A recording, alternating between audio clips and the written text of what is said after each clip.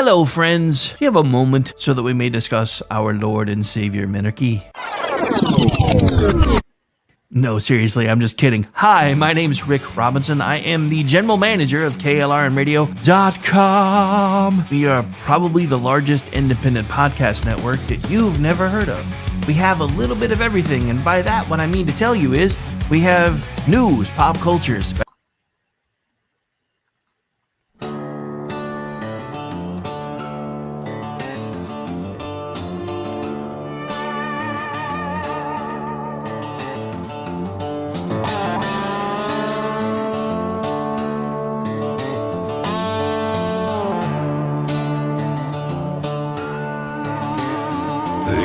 the lights down in the city, say the system's on the ropes, while the same hands that broke it hold your paycheck and your hopes. They'll sell your sweat for silver, call your sacrifice relief, but every drop of truth we bleed writes another line of belief. Freedom isn't free, it's carved in blood and fire and stone. It's the price of stand tall when they tell you to kneel and go home. They can lock up every promise, tax the air we breathe, but they'll never change the hearts of those who still believe. 'Cause freedom isn't free.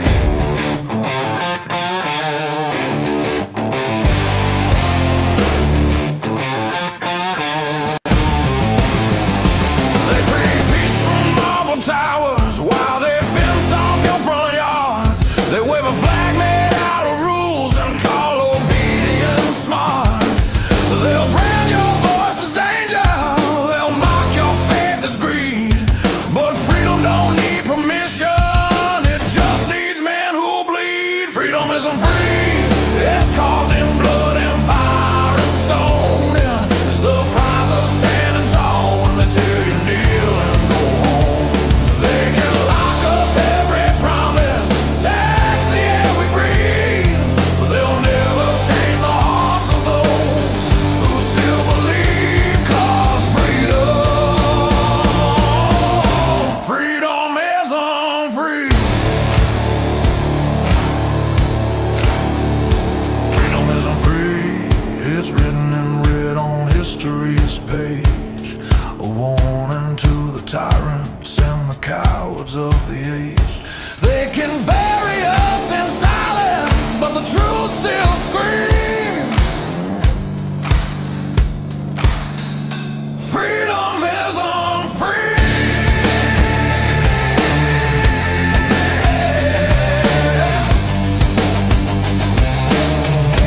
Freedom isn't free.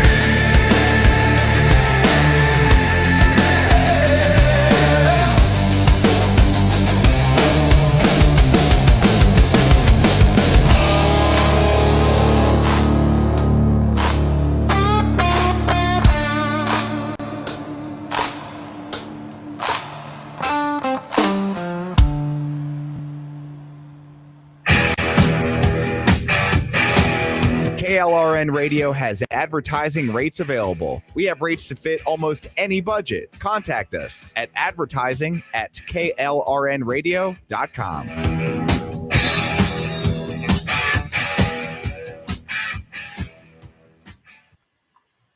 The following program contains coarse language and adult themes. Listener discretion is advised.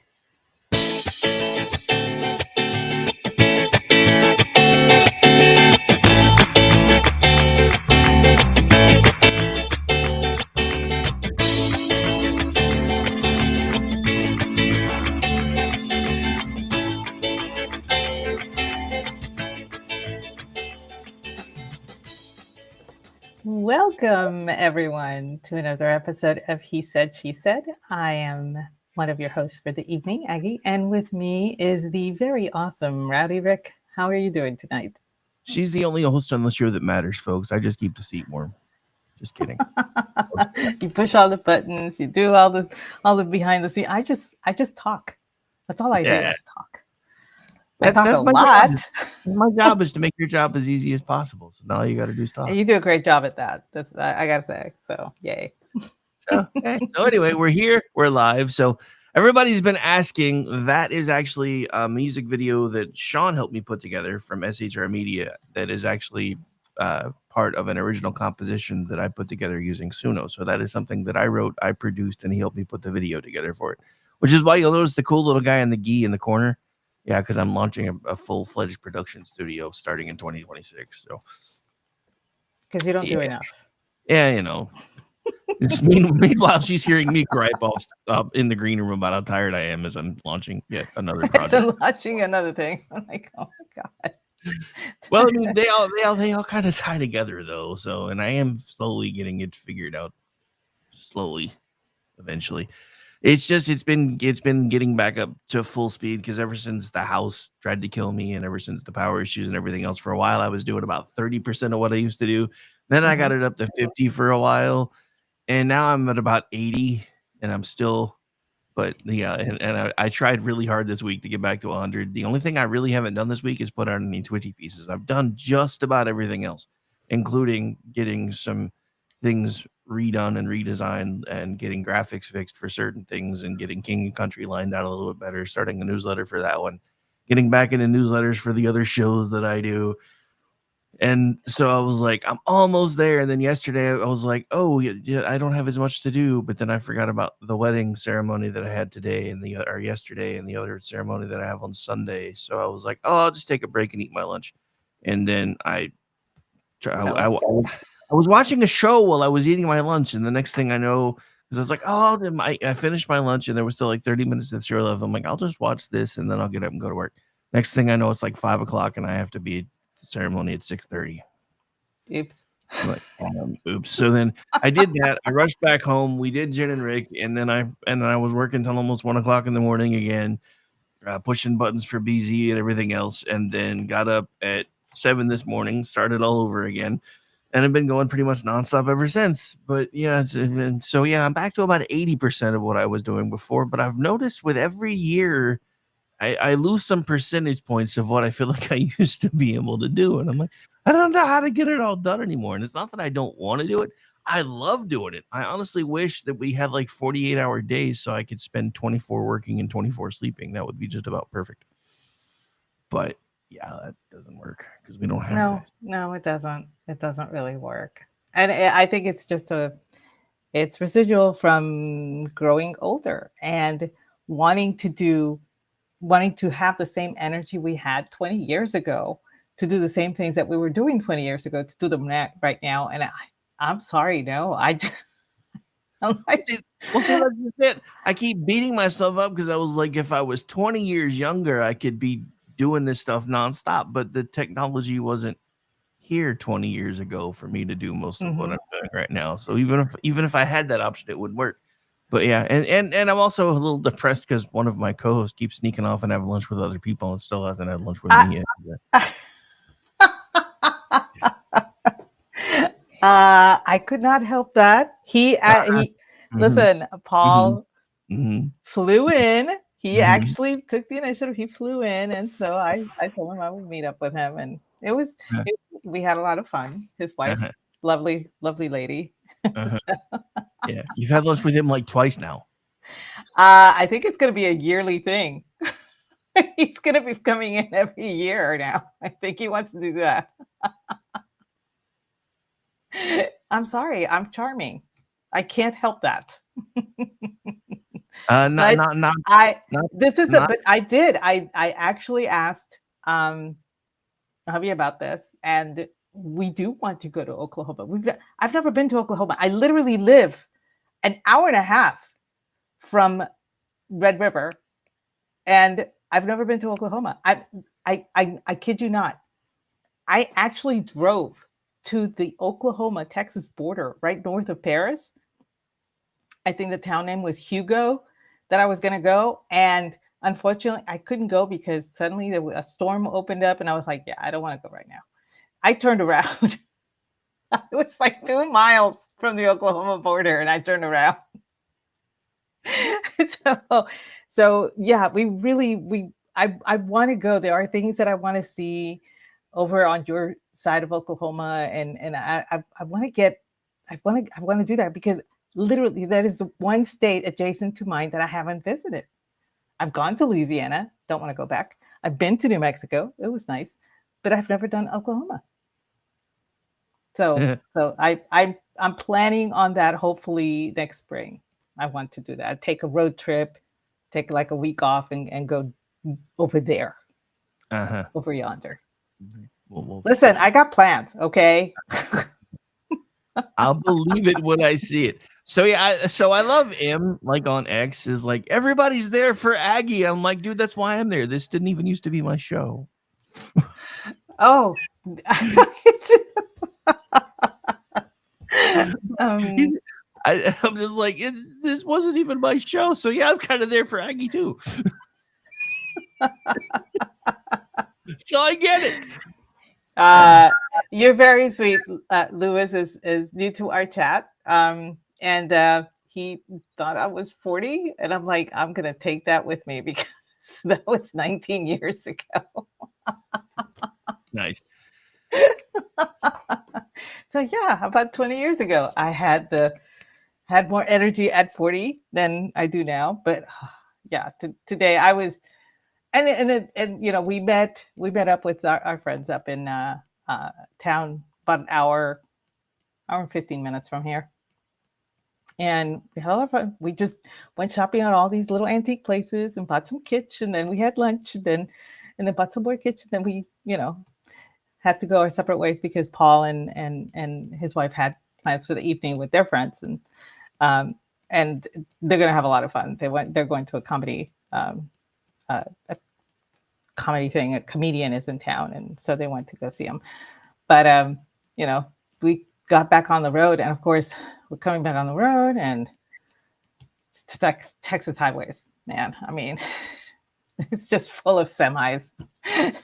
It took forever, but I made it home in time for, you know, this. Yay! Nice. So somehow our chat has turned into a nerd chat because when I started talking about needing 48 hours, Amish was like, yeah, we need the Bajoran. You know, I think they have like a 26-hour day. I don't know if he mistyped it or not. And then somebody else was like, yeah, that orbit, but Risa.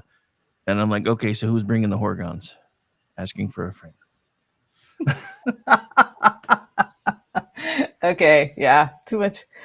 Although one of the items that I purchased was very nerdy, and I'll post a picture of it probably tomorrow. I gotta clean it up a little bit. But yeah, total nerd. Total. Yeah, nerd. I was gonna say, don't you start acting like you're too cool for us nerds because we know. Oh no! I was the queen of the nerds in high school, and I never gave up my title.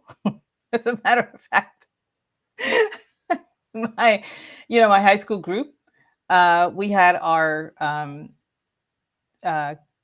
I guess, reunion this past November, and I could not attend because I had made arrangements to attend September, and then they moved it, and November is just too busy a month for me. I just couldn't do it.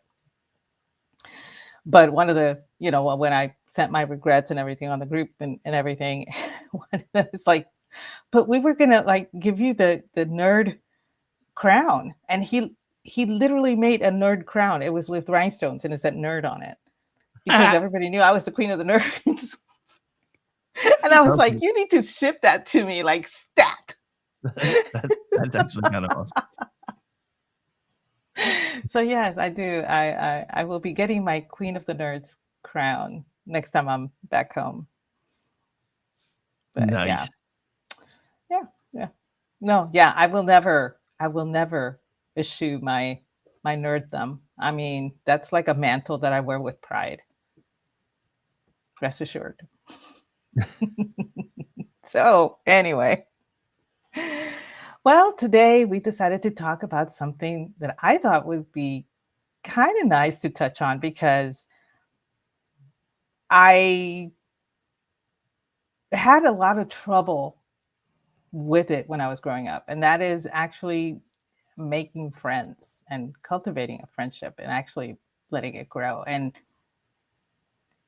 that was something that had trouble with because I, coming from a different culture when I came over here, um, it made things a little difficult with um, Americanized people. I will say it that way because there were people of Mexican descent that lived in my neighborhood who had their own culture thing going on, and they did not understand my culture at all. so so it made it kind of hard for the first 3 or 4 years that I was here to actually make any friends. As a matter of fact, I think the first friends that I made were in 8th grade. And that, or maybe late 7th grade. I want to say about halfway through 7th grade to 8th grade time frame. That was the first time that I actually started making friends. And I had been here since 4th grade. So it took me a while to get in that. And I see a lot of people who take friendship for granted. And they think that, you make a friend and the friend will be there, but they don't understand that a friendship is actually a relationship that you need to work on, just like a marriage. So I kind of wanted to talk about how we um, grow our friendships and funny anecdotes, I guess, along the way that we learned about making friends. Sure. Because it has been it has been elucidating. Even at my age, I'm still making friends. At my age, I've been making new friends thanks to social media. Social media has been a boon for making friendships, but it came with pitfalls, a lot of them. And people, that was something that jarred a lot of people. And, that's where the term fake internet friend comes from, FIFs, and then IRL friends, in real life friends, Mhm. that kind of thing. And so we started differentiating, that kind of, and sometimes, if you play your cards right, your fake internet friends will become your in real life friends. I have a few of those that I met through Twitter and through other social media Yeah, sites. I know you had lunch with one of them today. Oh, wait, sorry, Yes, I'm sorry. okay, Mr. Bitter. But You know I stuff. you, um if you follow Queen Velvet on X, she is a personal, we have met in real life. She comes and visits me. She's actually coming to visit me in February. Um, Alaska Courtney, that is another one that's a real life friend, and I have to go visit her soon. She doesn't live too far from me right now. And Tent Spike, that's another one. She's in real life. I have made, a lot of in real life friends because I met them through social media. But, uh, one of the things that a lot of people don't understand is that sometimes when you're making a friend, some friends don't want to be made. And so you have different classes of friendships. And, not all friends are the same, and not all friendships are as strong as others. And it can be weird to navigate because for some people, you may consider someone to be just a friend, somebody that you say hi to every so often, but that person may see you as a very close friend, even though it's only through social media.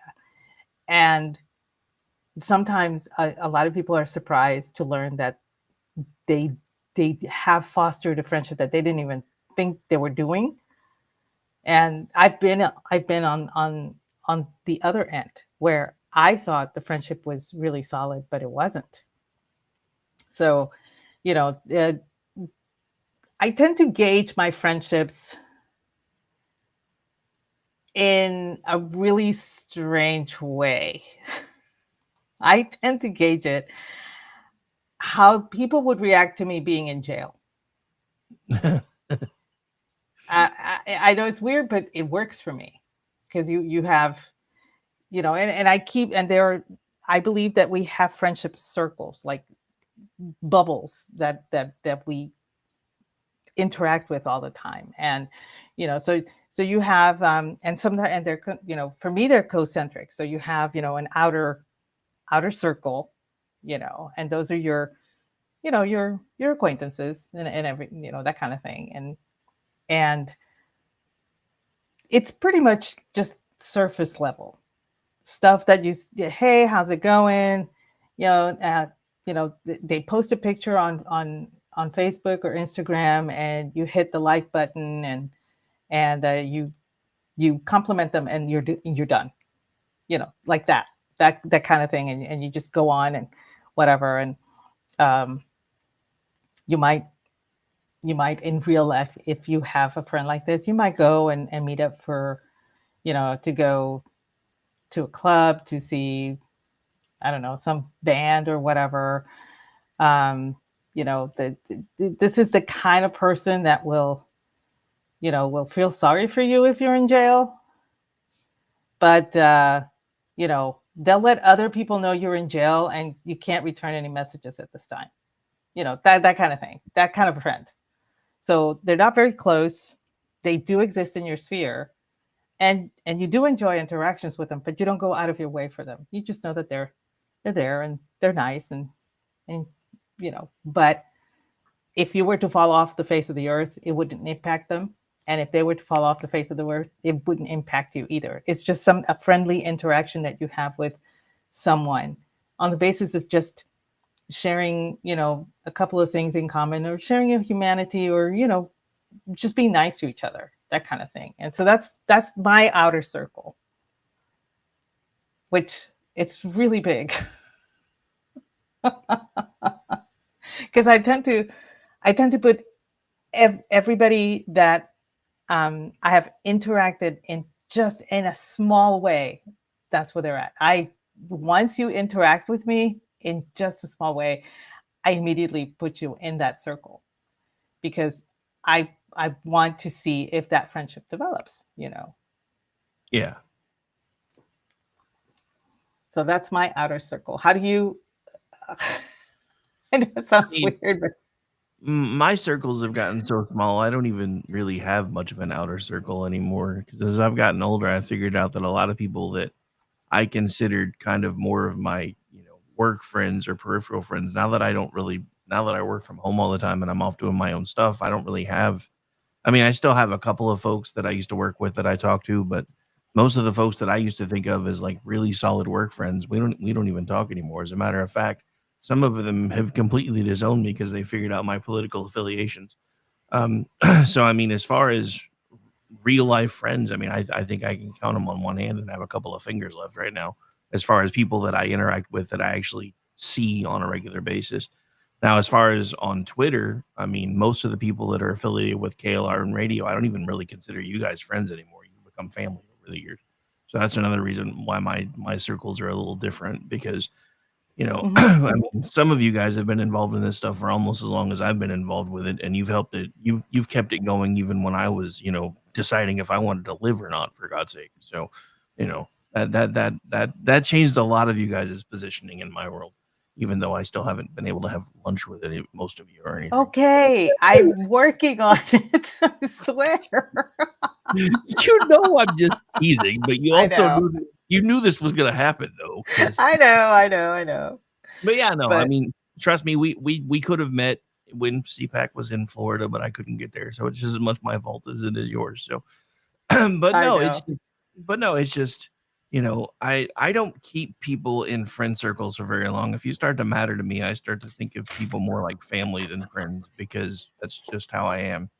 I think that's one of the reasons why people look at me and from the outside and they're like, why do you do so much for so many different people when they don't do nearly as much for you? And I'm like, because that's how I think of them. And it doesn't really matter what their motivations are. It only really matters what mine is.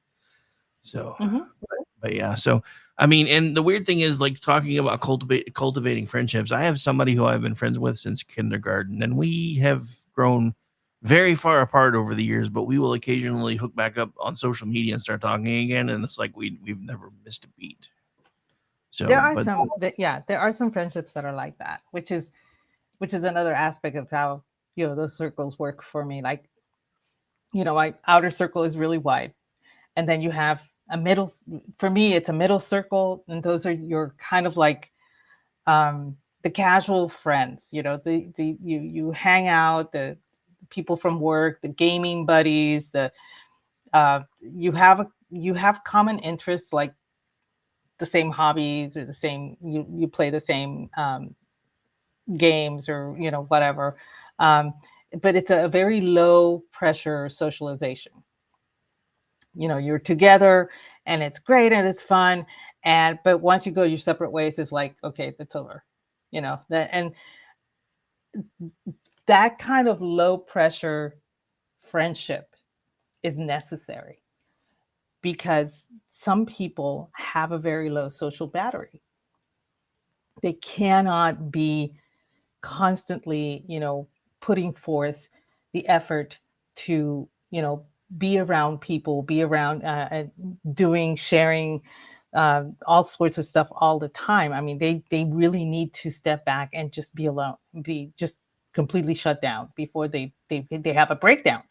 So a casual friendship like that works for a lot of people. Now, like you were saying, some of us, we consider each other family and everything, and that's, for me, that's the innermost circle, is the smallest circle for me, and those are the closest friends. Those are the top ones. Whereas the casual friends, they'll post your bail in jail. Okay, they will post your bail.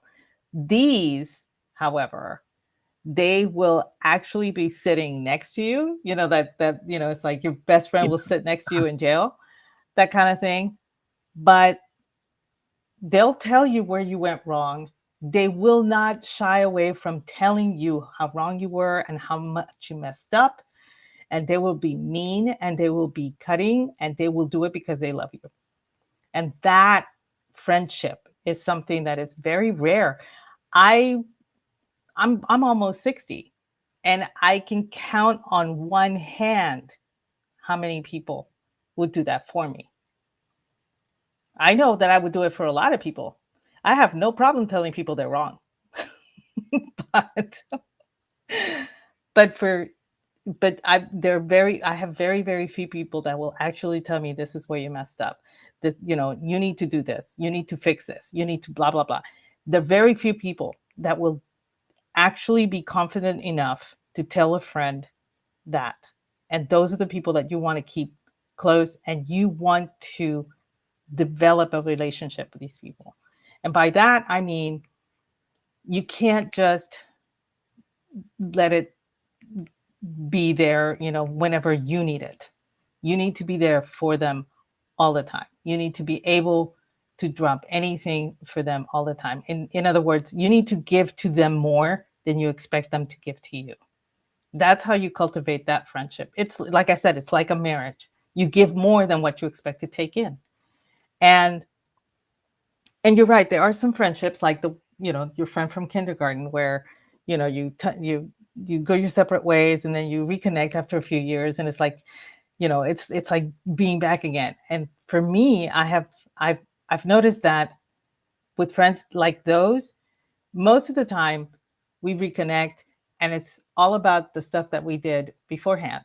It's never about the stuff that has happened afterwards. And that's still fine. I mean, I enjoy it, and I know they do too.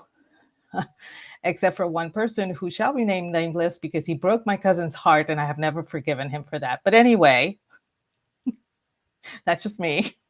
I bear grudges. But Nah.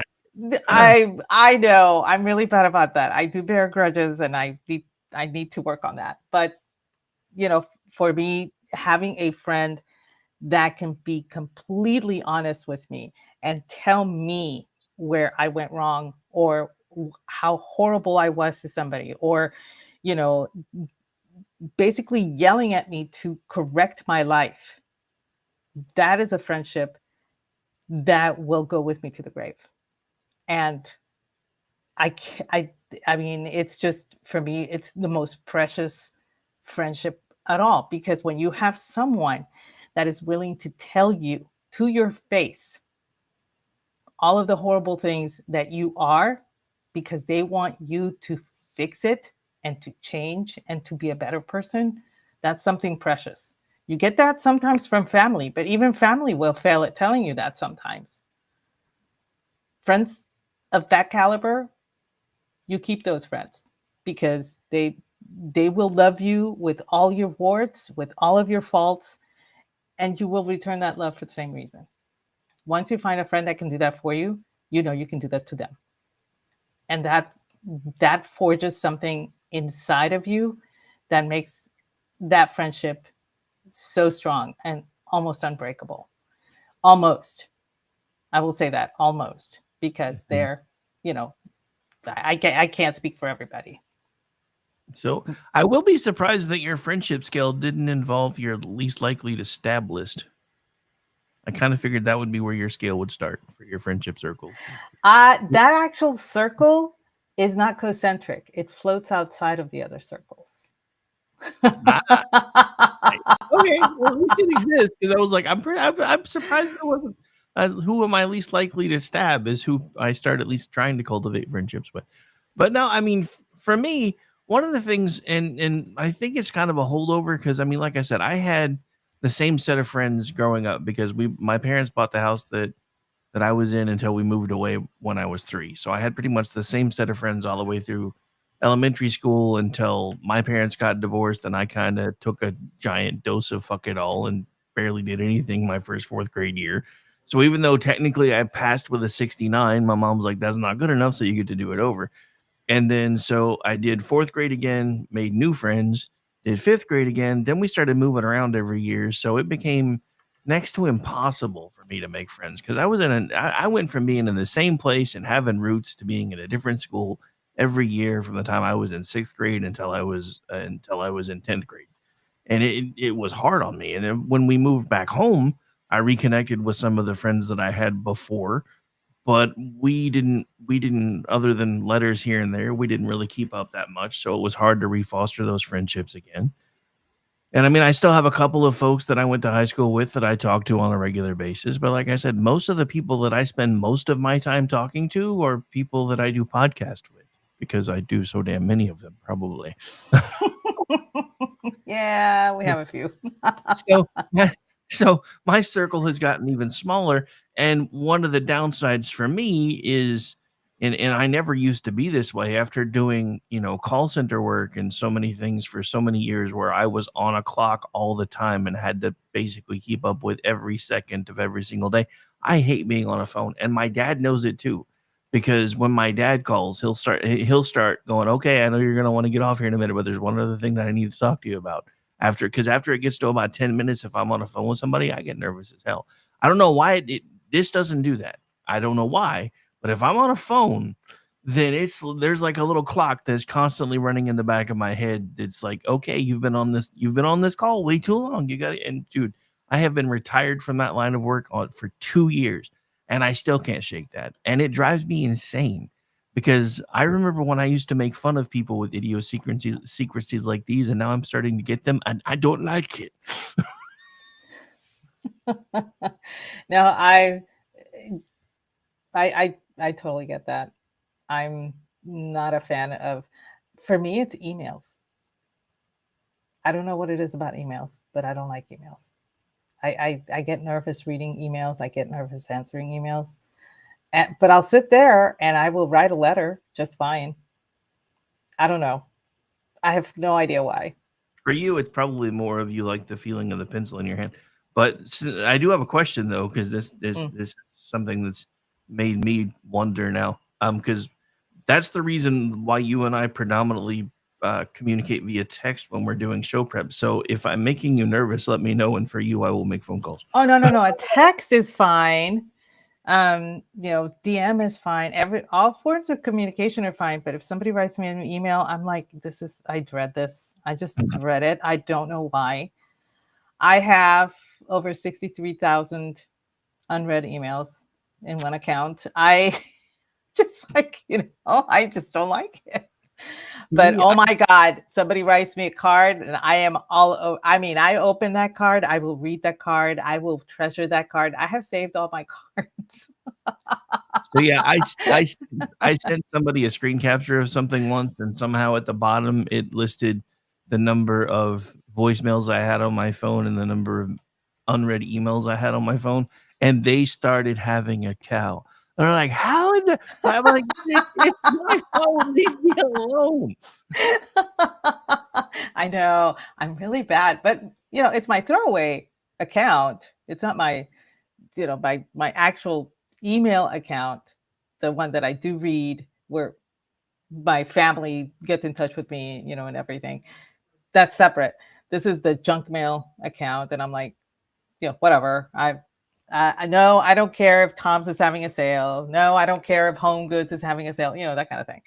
So, but yeah, for me, it's not phone calls. I can get on the phone and I can talk to anybody for whatever reason for any amount of time. I have no problem with that. I cannot sit down to write an email. I'm sorry. Ain't nobody got time for that. but no, the people least likely to be stabbed.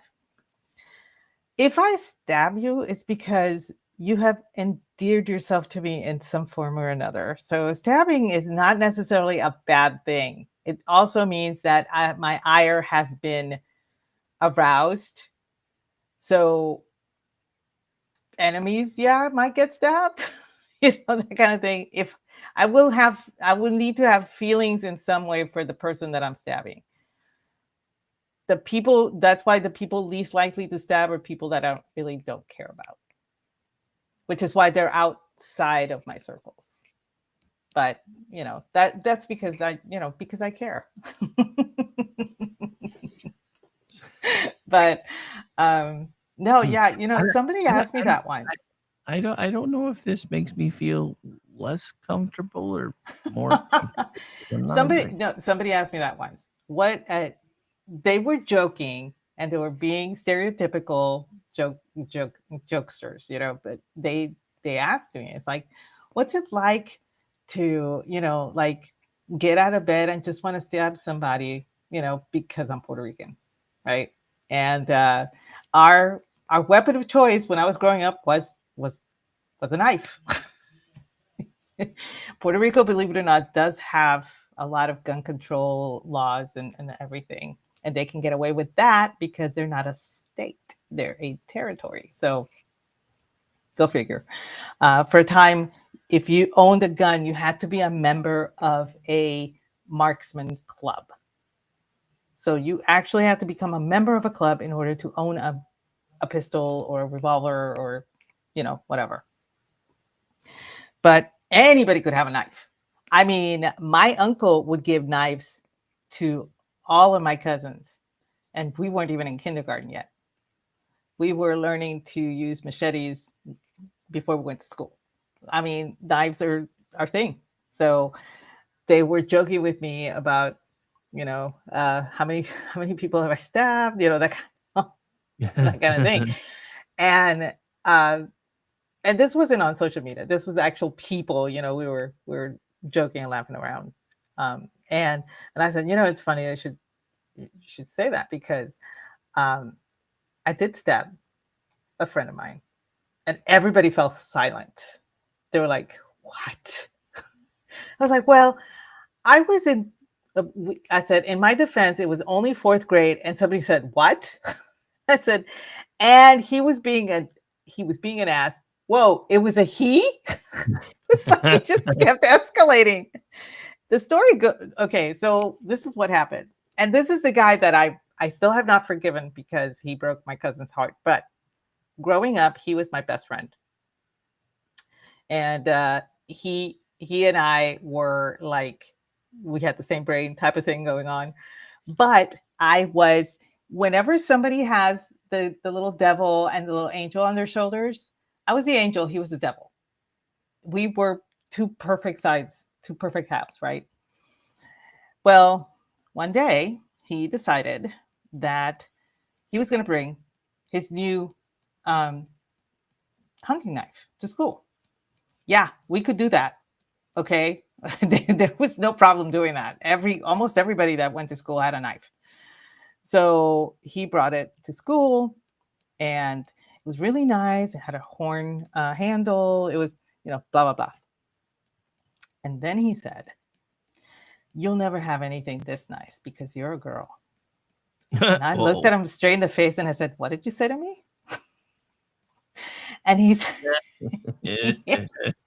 oh my God. I was like, excuse me?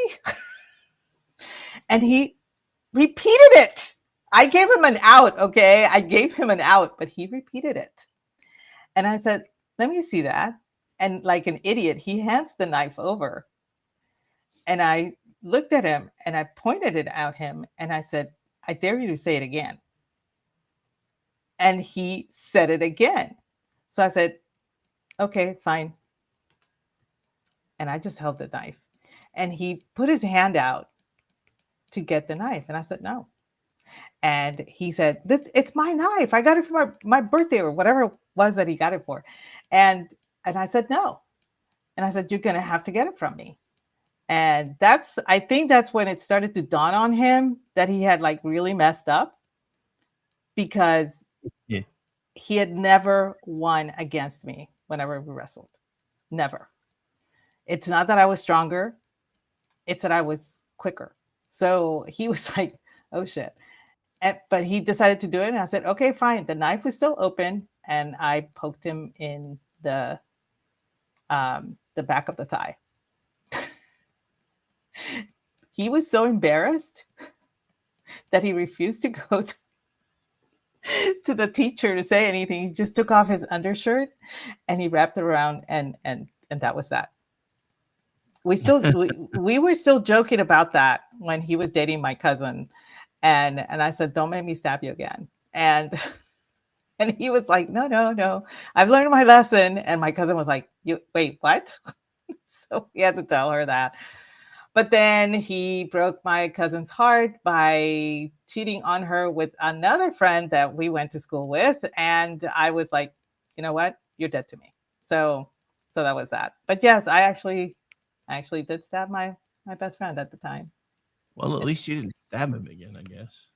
Huh? I said, at least you didn't actually stab him again, I guess. I guess you just said, hey, No, you're dead. I was nice. I was, and to be fair, I gave him an out twice, okay? And still he wouldn't take it. And it wasn't until it was too late that he realized his mistake, and he paid the price. And this wasn't even our only altercation.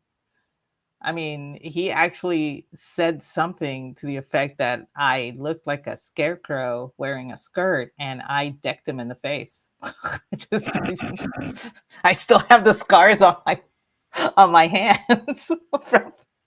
And I am shocked that I did not contract an infection, because I cut them on his teeth.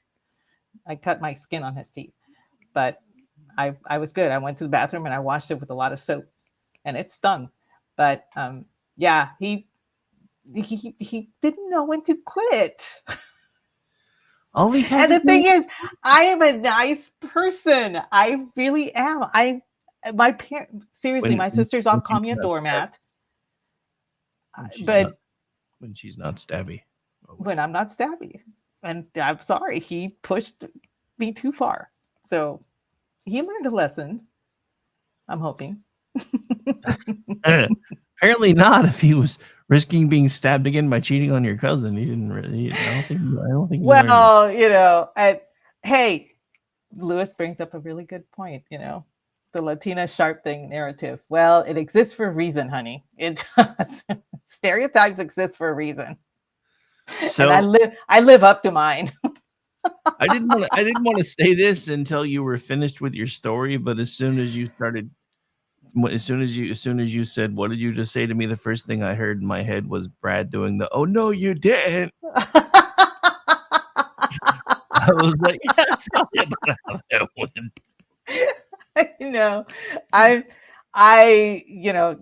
Stereotypes do exist for a reason. I am living proof of it, apparently. But yeah, oh no, he didn't. I was not a happy camper. Admittedly, at the time, I was what? Fourth grade would have put you about. It was fourth grade, so, and it was the 9, year. Probably about 10, maybe. No, I was 9. I was 9 when it happened, because my birthday had just happened, and his birthday is right after mine. That's why he got the knife. It was his birthday, so yeah, I was 9, and he turned 9, and he was showing off his knife, and I was so mad because I didn't get a knife. I didn't get a knife that year. My dad insisted on getting me a microscope, which, awesome. But still, I want a knife too. It's like I was asking my uncle, why don't I get a knife? Oh, you're a girl. What did you just say to me? Want me to stab you next, Uncle? Oh my gosh. No, Don't make me get my machete, Tio. I will get it.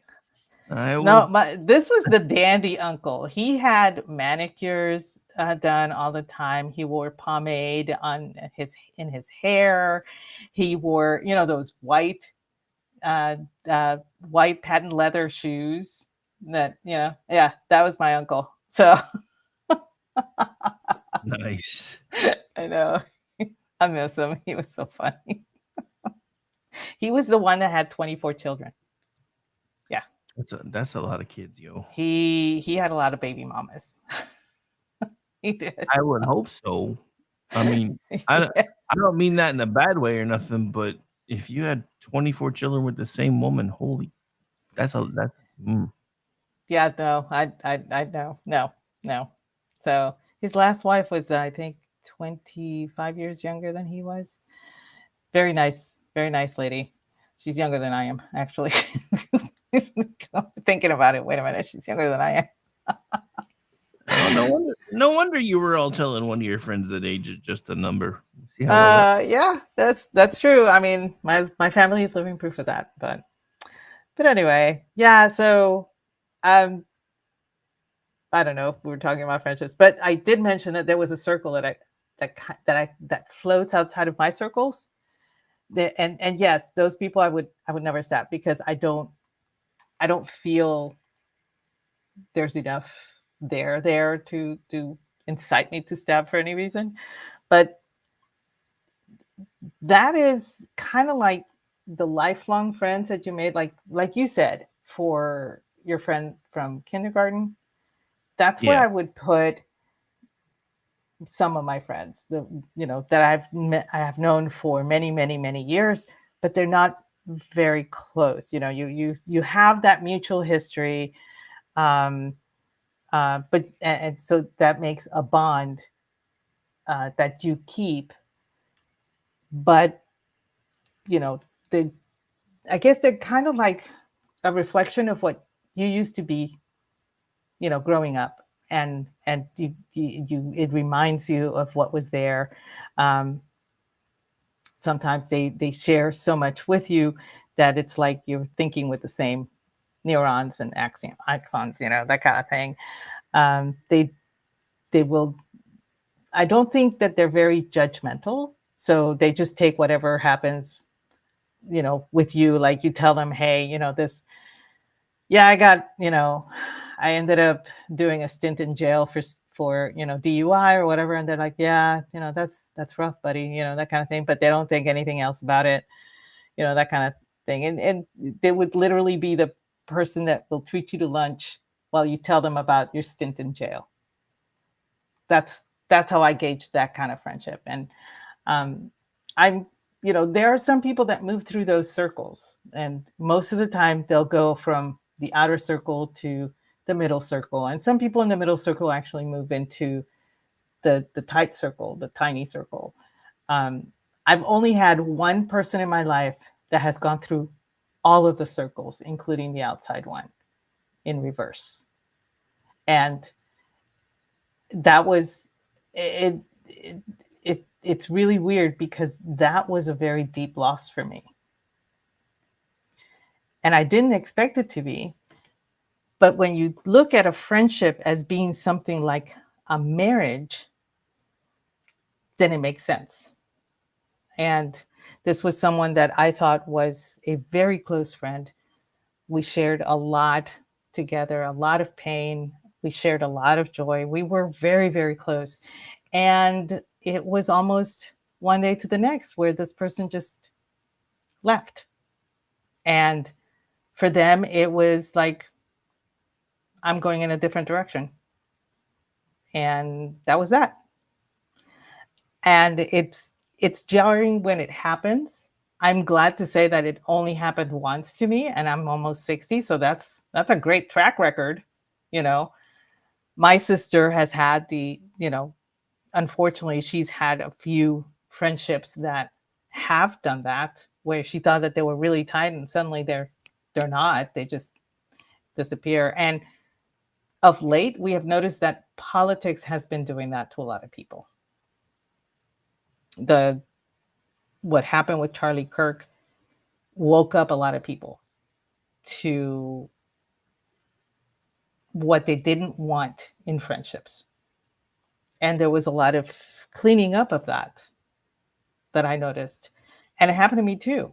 I actually had to take steps to um, divest myself of toxic relationships that I felt were evil, that they had absorbed evil, And so that has been something that I kind of noticed before Charlie, but when that happened, it was stark. There was a lot more of it. It was like it bloomed like yeast, and it was ugly. So I can see where some people have decided to walk away from certain relationships and certain friendships or whatever because of that.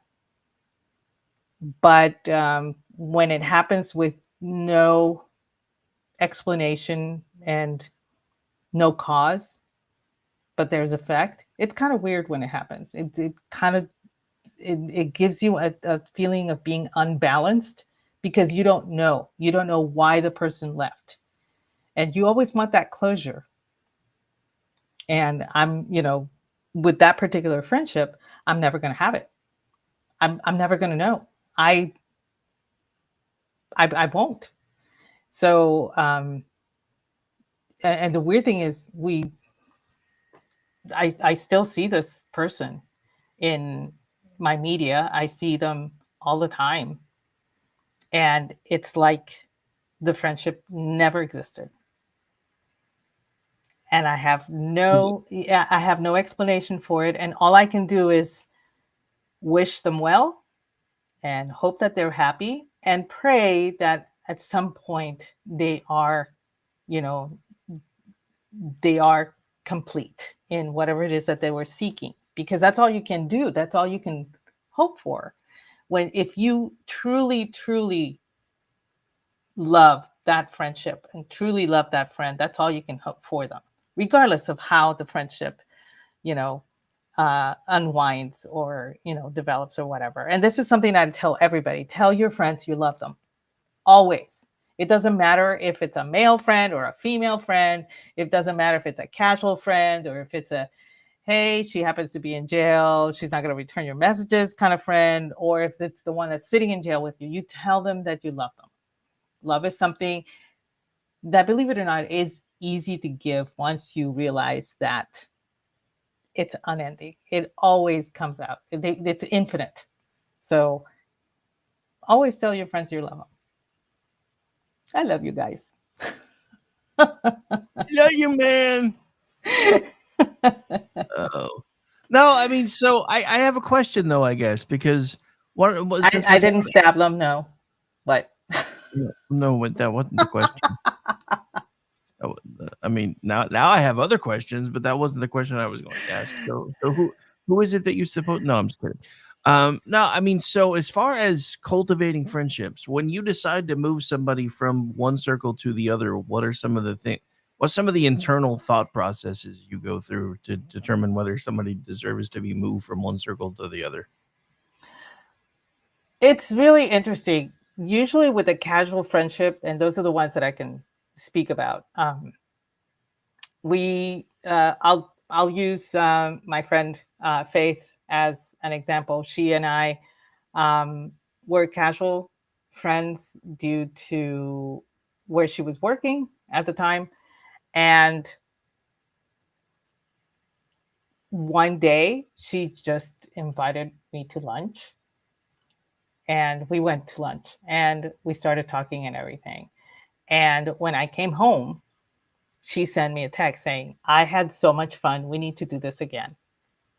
It wasn't about, we need to do this again sometime. No, she was adamant. We need to do this again. I need somebody to talk to that understands where I'm coming from. She came from Pennsylvania, came to live in Texas. She was completely lost. Okay, so I said, yeah, sure, whenever, just, that's fine. 3 days later, want to go to lunch? Okay. And I went to lunch. And that helped to develop my friendship with her. She found herself wanting to not exactly vent, but just kind of like, I'm having a tough time adapting to Texas. Help me with this. And I'm like, what do you need help with? And so I helped her with the whole issue about Mexican food. She wasn't used to Mexican food. She wasn't used to that poor woman. How can you not use? Well, I mean, you did say Philly, so yeah. Well, she was from Pittsburgh. She was from Yeah. Pittsburgh, actually. So she wasn't really used to the Texas things, and she wanted help with that. So I was kind of like giving her a breakdown of it, and eventually, she had a little girl, and I would babysit for her and all that stuff, and then we started talking about things that we like to do, and we got into the whole Pinterest crafting thing together. And so, and I would do she had some really pretty antique furniture. I stripped and restored a lot of it for her. And in return, she loved to knit, and she made me some beautiful throws that I still have and everything. And to this day, we still chat at least once a week, even though I live 6 hours from her now. But, she's getting ready to retire from work, and, and her daughter's now in college, about to graduate, and, and her husband's like retiring too, and all this stuff and everything. So that moved her from that casual into the inner circle. She and I are very close, and we, like I said, we talk every week. Now, I've had where some of the casual people just move further and just acquaintance type of thing, because they find other people that are more in tune with what they do. And that's fine. That's always fine. But for me, if you're in that small group, the closest ring, the smallest ring, and you leave it, it's not because of me, it's because of them. And the reason I say that is that I've been known to tell people that no matter what, if you need me, you call me, no matter what time it is. Faith, her husband, had a really bad fall, and she told me about it. And I said, I can be there in 6 hours. I'll be, let me pack. We can be there. And we did. We went. And she was like, no, you guys don't have to come, blah, blah, blah. No, we did. We left, and we went, make sure that, things were taken care of and everything. And it's just something you do. You do it for family. So that's how I view them. I view them like they're part of my family as well, just not blood related and not marriage related. But if for some reason they move out of that circle, it's because they're moving on. It's not because I kicked them out. So it's for me, it's like Hotel California. Nice. but on my side, not on their side. Like, Yeah. I'm never going to leave whatever circle you put me in. I'm not going to leave it.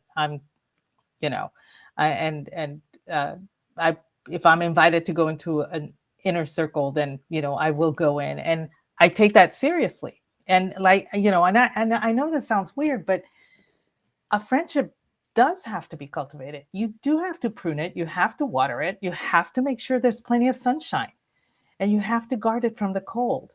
It's like a plant that you have outside, and I know that sounds weird, but it's true for me. I have to work on my friendships the way I worked on my marriage, and I worked with, my relationship with my children, and I worked with my relationship with my parents. I do have to work with my relationship with my friends too. I cannot take them for granted, because the moment you start taking somebody for granted, they're just going to say, well, I guess they're not there for me, and they will leave. And that's why when somebody leaves, I feel like I I I I look at myself and see, did I do something? Did I push them out? No, most of the time they just leave because they found somebody better or somebody closer, or they found the love of their life and now they want to devote their time to that, that kind of thing. Um, but I learned a long time ago not to ignore a friendship, because my friendships have been ignored and they have withered. And I had somebody from high school actually reach out and said, "Hey, what happened to us? We used to be such good friends." And I said, "Well, frankly, I got tired of sending you messages, emails." Yeah, I would email them, and you would respond with, "Yeah, great to hear from you." And that's it. And there was no effort being put. And I mean, in all honesty, she had the good grace to say, I'm sorry. I mean, that's just the way I am." And I'm like, and I get that and I understand. But if you're not going to be a friend, then friendship, it can't just be one way, you know. Now there are some friends, like I said, like the friend that completely left all my circles, always have the door open. I've always said that you can leave and that's fine, but I'm not going to close the door on you, except for my friend who broke my cousin's heart. That I not only closed that door, I nailed it shut. Yes, Should've I'm a little bitter. You should have stabbed him again. Just saying. He broke her heart. Okay. So That's what I'm anyway, saying. You should have stabbed him again. He earned it. You didn't learn the first time. You told me, yeah. So here you go. Here's another poke. but it was for me. I just tend to think of myself as I need to give to people expecting nothing in return. Once I got to that point in my life where I could do that, just giving and expecting nothing, it became so much easier. It became Yeah. so much easier to be a friend and to be, because you're like, you're there and you don't question anything. You just give. But yeah, I mean, for me, and I am one of those people. Sometimes I just need to be left alone for a time. So I mean, I have distanced myself from friends, but I'll normally do it after I realize that the only time we ever communicate is if I initiate the communication. Like if we go 2 or 3 weeks and I'm the only one starting things and trying to get us to communicate, and then I go a week or so to see if anything ever happens, and it turns into 2 weeks, 3 weeks, 4 weeks, 5 weeks, 6 weeks, 7 weeks. And yes, I have friends like that. And then they'll just pop up like 3 or 4 months later going, "Hey, how you doing?" I'm like, "Dude, where you been for like 4 months? I asked you for proof of life like 2 months ago because you stopped responding to my messages." "Oh, sorry, I've just been busy." I'm like, "Okay, well, cool." Because I mean, I try not to be one of those high maintenance friends, but if I'm the one constantly trying to, communicate, reach out, make sure you're okay, see why we haven't talked in a few days, etc., eventually that gets old. There has to be at least some form of reciprocation. Yeah, there is. And there are some friends that every so often, like I just had one reach out to me. I haven't heard from her in 5 years. And the reason that I hadn't heard from her in 5 years is just that she took COVID seriously. She just shut herself from the world completely. And it did a lot of damage to her friendships and everything. And because I did not take COVID seriously, she felt she had to like cut herself off from everybody. from those people that didn't take it seriously. And I'm like, I took it seriously. Like I take the flu seriously, but that's as far as I went with it, but because I was not pushing for all of these vaccines, and I wasn't a fan of the mask. And I actually said, wearing a mask does absolutely nothing. We took biology in school together, and how big viruses are. How much a mask is. I mean, I was trying to be like as logical with her as I could, and it didn't work. But she came back, and it was really, she sends me a message on social media and asks me, she said, "Hey, I know it's been a while. I hope things are great with you." And she was letting me know she was going to be in town, and I had to tell her, well, it's weird, we moved. And so I'm not in that town anymore. But but I go home periodically to visit my mom, so I'll let you know when I'm in town. And she's like, that'd be great. I would love to, touch base with you again. So that was kind of nice. But I felt kind of weird because it felt like she was testing the waters. And well, I mean, to be truthful, she probably was. It had been so long since you guys had communicated. She was trying to see if you were even willing to talk to her anymore. I would be willing to bet. Yeah, I think that's it. But it kind of bothered me a little bit because she should have known better. Because even though I will hold a grudge until I am ashes and then take it with me into the urn and stab people, when it comes to something like, a friendship or something, I don't close the door. We don't have enough friends. You can never have enough friends.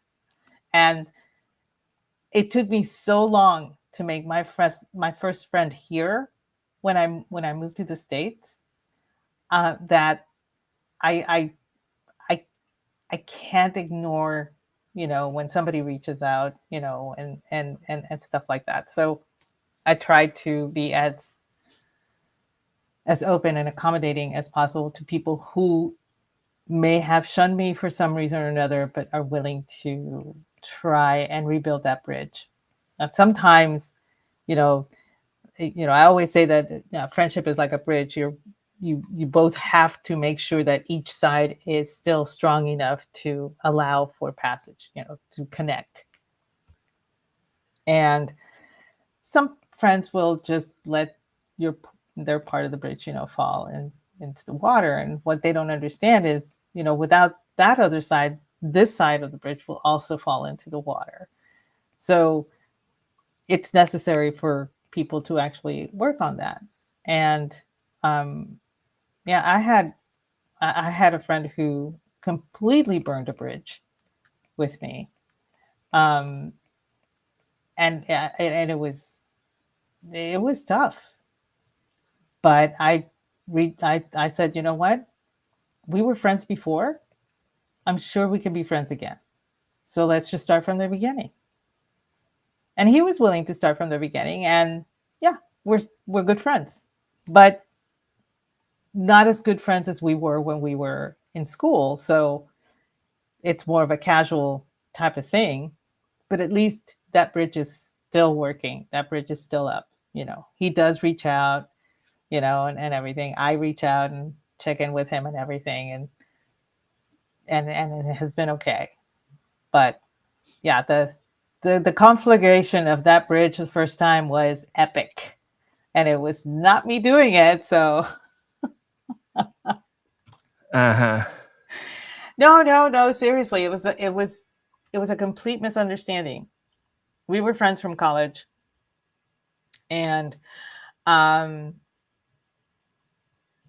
his girlfriend was like 2 years younger than he was. So when we were seniors, she was like a sophomore or whatever. And I was taking botany. He was in the same class with me, and we had a thing, and everything.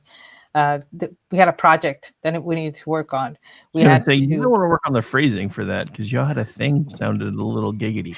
no, our project was we had a tract of land and we had to actually survey the entire tract and to determine how many different types, species of flora were growing in it. So that was our project. Well, apparently his girlfriend was very jealous that his friend was his partner in this. And she actually told him that I said some mean things to him about her, that I said mean things about her to her, and that, she was that I was hoping that they would break up because she wasn't good enough for him and all sorts of weird things. So she tells him this, and his first mistake was thinking that I actually cared about his relationship because I didn't. His second mistake Dun, dun, was dun. was actually accusing me of this without asking me if I said any of that. And we had been friends for about 3 years.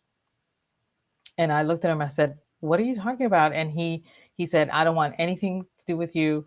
I can't believe that you would say those things to her and blah, blah, blah, and all this stuff." I said, "Never want to talk to you again. As soon as this class is over, we're done." And I was just like, what just happened? I have no idea what happened. And I tried talking to him and he would not talk to me. This was before we had cell phones, mind you. So I would call a landline in order to talk to him.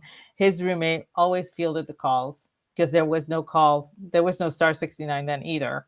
And so he would answer. And if it was me, he said, yeah, he doesn't want to talk to you. And I mean, he completely cut me off, completely. And I had no idea why. I did not know. It wasn't until like a decade later that he reconnected with me. And he told me what happened. And I was like, when did you find out? He says, well, I found out, after I graduated. We broke up because I found out that she had lied. I said, that was 10 years ago. What took you so long to get in touch with me? And his excuse was, I was embarrassed. Yeah, well, I mean that actually might be that's plausible. That's And, plausible. and I did not understand it because I'm not a guy. I can think some things like a guy can, but I'm not a guy. So I looked at him and I was like, are you serious right now? You destroyed a friendship and then you found out just a few months later that she was the one lying to you and you couldn't even tell me until now? I was very indignant. Okay. And I think this happened. I think the Yeah, word it was you're our looking 10th. for I think the word you're looking for is stabby. You were very stabby. I was not a happy camper. So, and he was like, well, I'm reaching out now. And of course he's all upset and everything. And I had to calm down. And of course, this was a 10th reunion for our class and at college. And I sat there and I was like, you know what? You're right. You're at least making the effort. And he was like, I'm really sorry. I said, that's fine. Let's just start from the beginning, and I was okay with that. I was okay with that because I recognized that he was making the effort, that he was embarrassed, and he was embarrassed because he let her be but I mean, what was he supposed to do? That was his girlfriend, right? So he felt I should believe her, and everything. But what he understood much later was I should have asked her too. I should have asked Aggie if she had said those things. I just rushed to judgment, rushed to a conclusion, and I did not ask. And he was embarrassed about it. But the fact that he finally, after so many years, he actually came up and said that to me and was willing to say that he was sorry, that was good enough. That was enough for me to accept that he wanted the friendship back, and we could start building that bridge again. And we did. You know, like I said, friendships have to be cultivated. They're not going to flourish on their own. You have to put in effort. Even of those like yours from kindergarten and mine from my cousin's ex who's anyway, him. You know? Stabby McStabberson. I'm gonna call my cousin tomorrow and I'm gonna tell her all about this. And she will say, yeah, never forgive him, because I haven't either. And I'm like, you're happily married. Your daughter just graduated from college. She's like, I don't care. Nice. but yeah, I just, sometimes just making the effort to actually reestablish, reconnect with somebody is enough to,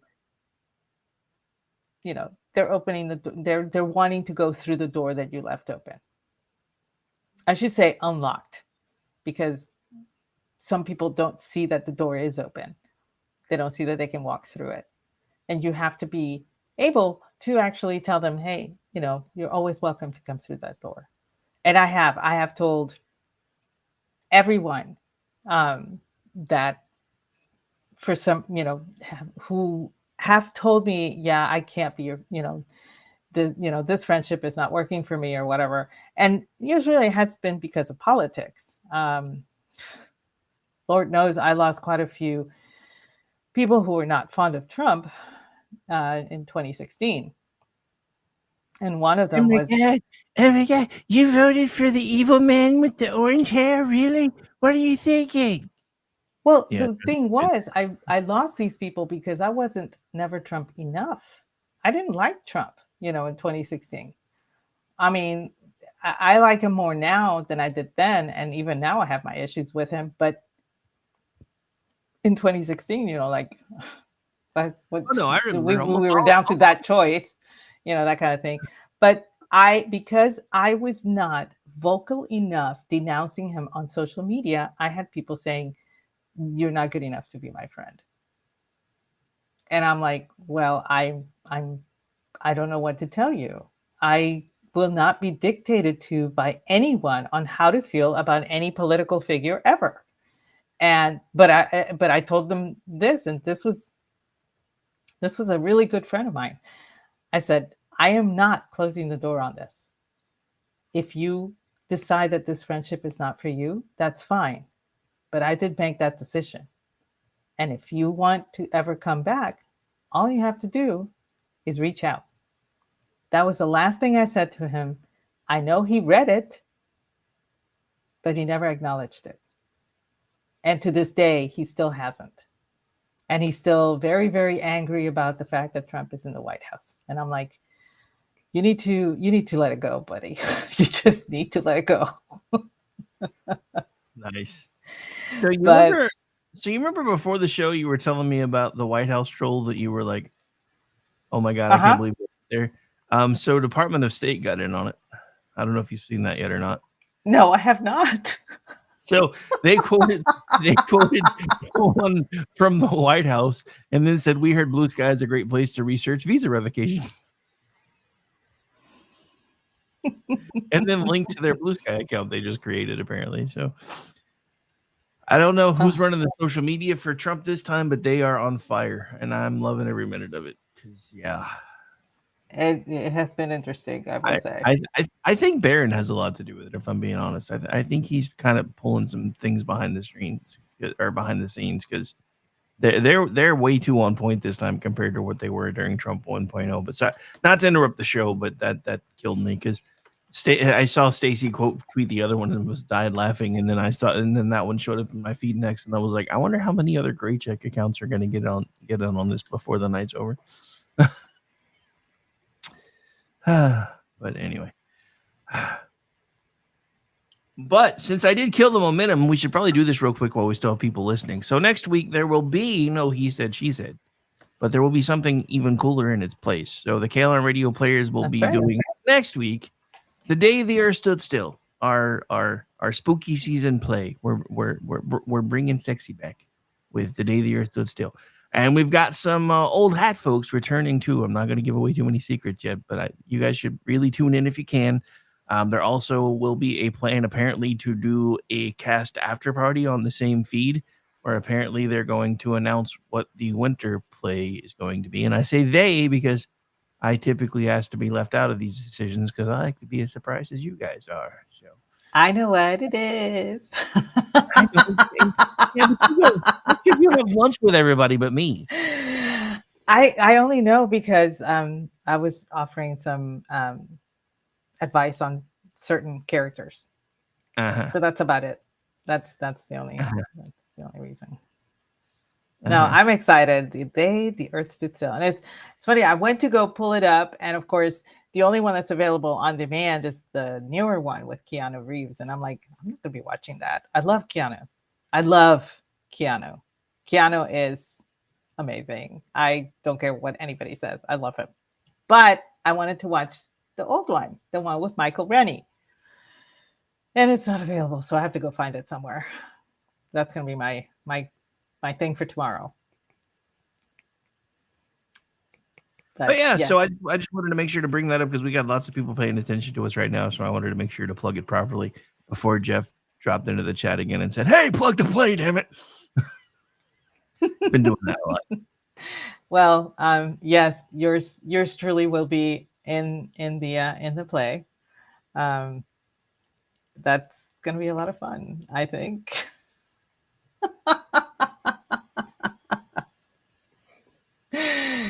And yes, I will be watching Svengoolie tomorrow because it's going to be Young Frankenstein. I'm so excited. Oh, nice. I'll be painting my little ghost paintings too. Yeah, tomorrow is all a day for me. I'm going to be doing my little ghost thing and just entertaining myself with painting and doing that. And I might call up a few friends and just actually do FaceTime while we do this, because we did that last year and it was a lot of fun. Oh, that's kind of awesome. That's something else. Like everybody wants to FaceTime me all the time, and I'm like, dude, no.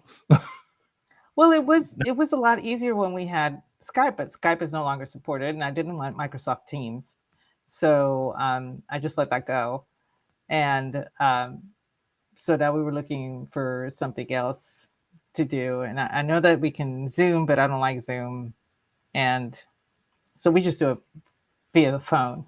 You know, it's fun. I'm not divulging what part I am playing. I'm just saying that I will be on this production. That's all I'm saying. Yeah. She's not giving away any secrets, man. It's not happening. It's not happening. Well, it's funny because it's during Svengoolie, it's Young Frankenstein, and then House of Svengoolie, the show after that, it's going to be Frankenstein, the old 30s movie. So I'm so jazzed. It's all Frankenstein all day long. Yay! I should paint little Frankensteins instead of little ghosts.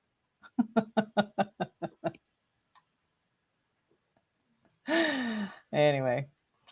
Nice. But I was looking because I thought I found somewhere for you to be able to watch it, but apparently if it is here, you have to subscribe. So never mind. I think I have it on DVD. I just have to go look. Because I remember I bought like a set of, old 1950s sci-fi. You can buy the set of DVDs with all sorts of old movies in it. And I think that one was in it.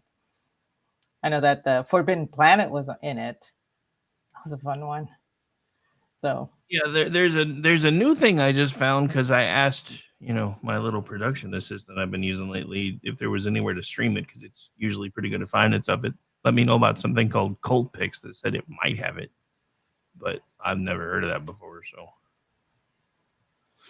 me neither. That's new. Anyway. And it doesn't have a search option, so I can't go find out. So anyway, I'm Annoying. sure I have it in my DVDs somewhere. They're probably next to because I keep all my box sets together. Yeah, I still use DVDs, people. I don't stream anything. Well, just a couple of things, but that's about it. Oh yeah, And I forgot you're old school anyway. I still have VHS. I mean, I still have VHS. I have a Betamax. See, I would probably care more about videotapes if they had played with Betamax. Betamax was the such better format. Just VHS was marketed better. Kind of like the difference between Showbiz Pizza and the damn Rat. Showbiz Pizza was so much better, but the Rat got marketed better. Mm-hmm. Yeah. Oh, anyway, we have, believe it or not, pretty much come to the end of our time together for the evening. Yeah. So that was a fun discussion. Yeah, we got to hear about Aggie the Stabber. Yes. Listen, the statute of limitations expired a long time ago.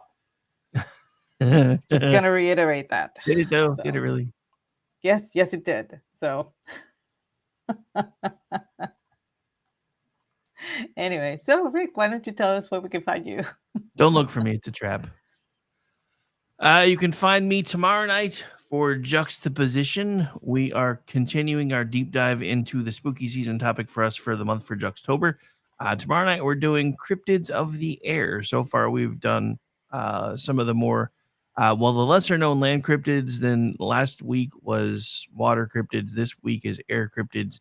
And then we are going to do, I think, some of the more popular ones in week 4, and then a round table so everybody can kind of talk about their favorite ones in week 5. Wait, which one's tomorrow night? Cryptids of the Air. Of the Air, okay.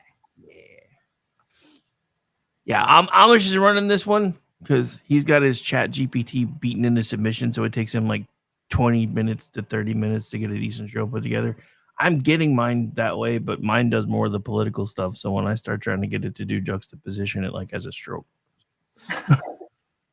Like, dude. So speaking of which, and then I'll finish wrapping up. One of the things that has absolutely driven me crazy about ChatGPT, because I'm still trying to learn what it can and can't do since I've been paying, since I actually have the paid version now. So I will ask it if it can do something, and it's like, yeah, sure. So I go through all the steps it gives me to do it, and then it just sits there, and I'm like, I noticed you haven't started doing it yet. Oh, I'm sorry, I actually can't do that. What? I just spent 15 minutes with you telling me how to do something, and well, really what you would need to do is do this, this, this, and this first. And why didn't you tell me that in the first place, you little stupid? Now I understand why fucking Luke Skywalker was always trying to beat the shit out of R2-D2. I really do. Anyway, so yeah, I'll be doing that tomorrow night. Sunday night, Kingdom and Country. Corn show is going to be on hiatus for a while. He is like knee deep in Hollywood related stuff and is supposed to let me know when he's able to come back up for air.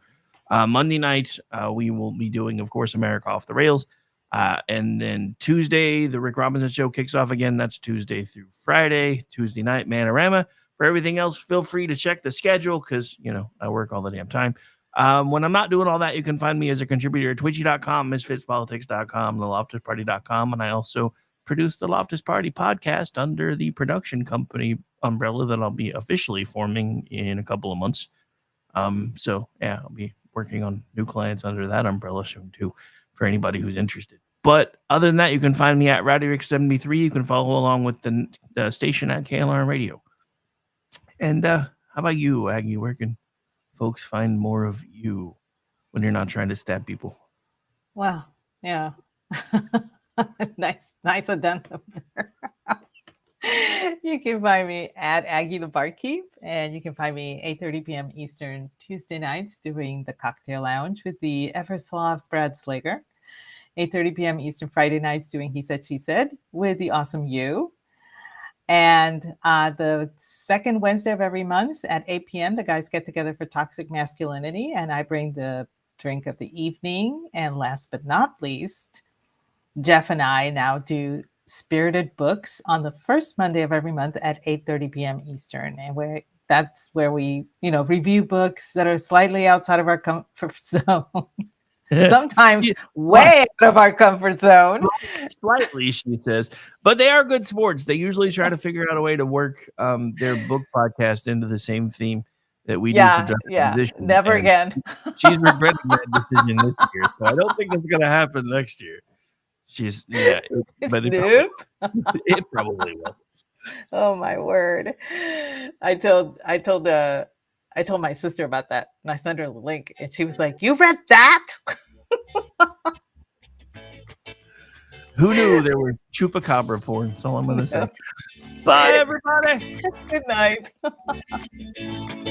By the way, you can't see her, but she's purple right now. I guarantee. I am.